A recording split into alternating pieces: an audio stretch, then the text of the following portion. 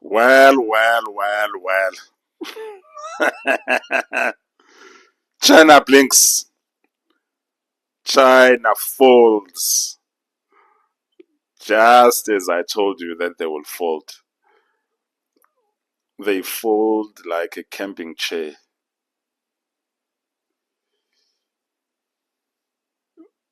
Their stand on rare earth minerals was actually just that, a stunt. It was a negotiation tactic.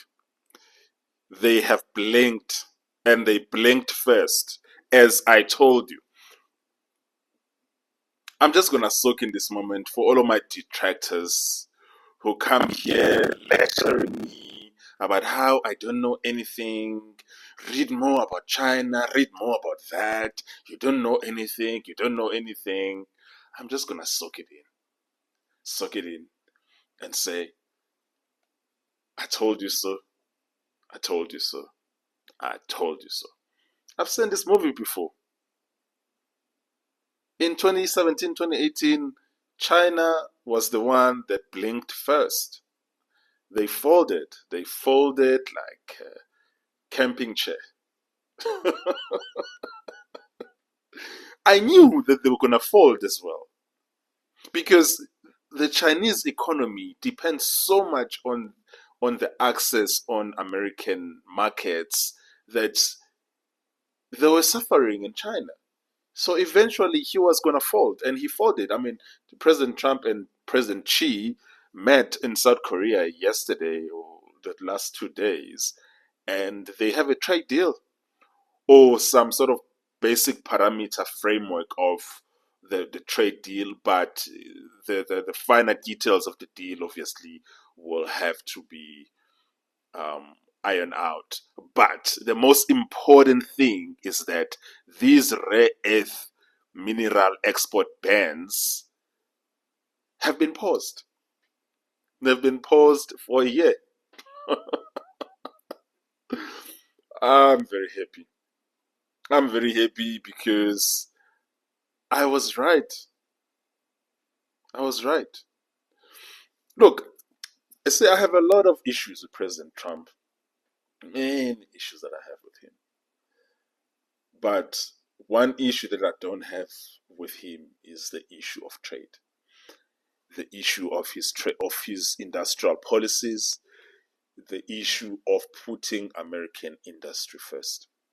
To be honest with you folks, I just wish that my South African government was doing the same thing when it comes to South Africans, putting them first.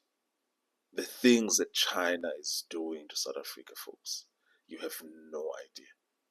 You have no idea the things that China is doing to African nations, confiscating harbors and ports and bridges and taking up swaths of land, um, basically colonizing large swaths of Africa. So basically, like, I think when I'm looking at President Trump and seeing what he's doing when he's standing up to China, a big part of me wishes that my government at home was doing the same. I wish that my government was fighting for the jobs of my people, which they are not doing. So it's not very difficult for me to support a president who is putting his country first, who is fighting for the jobs of his people. I think this victory is probably the most important victory, which surpasses anything that anyone has accomplished in American politics in the past 40 years. And if Americans of both sides of the aisle, both parties, will stand firm on this issue of trade and will stand firm on this issue of reindustrializing in America, maybe there's hope for the West. Maybe there's hope because also I've seen that Europe has woken up to what's going on. I did a video talking about how the Netherlands have just taken control of a Chinese chip making company because they've realized that the amount of risk that have exposed themselves by allowing an adversary to control so much of their critical technologies. They just decided to take that company. But this issue of rare earth mineral export ban being paused for a year is a great win. The basic framework of a trade deal being arrived at is a great deal. It's good. Going back to mutual respect, going back to the West being respected again, America being respected again, America being feared again. It's just something that is very important when you're dealing with your counterparts in China, that you need to negotiate from a place of strength. You need to look like you mean business, and you need to mean business. And no one in the world, folks, acts like they mean business like President Trump. He says what he means, and he means what he says. Like I'm so like I'm so excited about this. I'm giddy like a little child. I'm giddy like a little child. And it seems that also they reach an agreement on tariffs. They're going to keep them on both sides at 10%, which is a great victory, actually, considering where we were almost 6, 7 months ago, even compared to where we were a couple of years ago.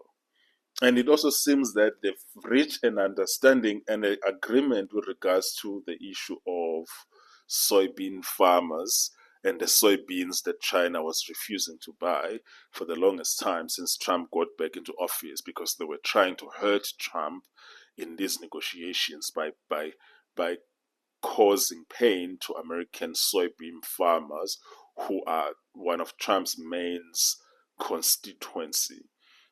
We've been told that they've also reached an understanding and an agreement on that. This is just good news all around. Good news all around. And this is a reminder that you need to put your country first, folks. You need to put your people first. You need to make sure that you are unapologetic when it comes to putting your people first. And with that said, can all of those morons who come and comment on my videos when I'm discussing China issues and they tell me that I don't know anything, can you all come in? Please come on in and tell me now, who doesn't know anything now? Who's your daddy now?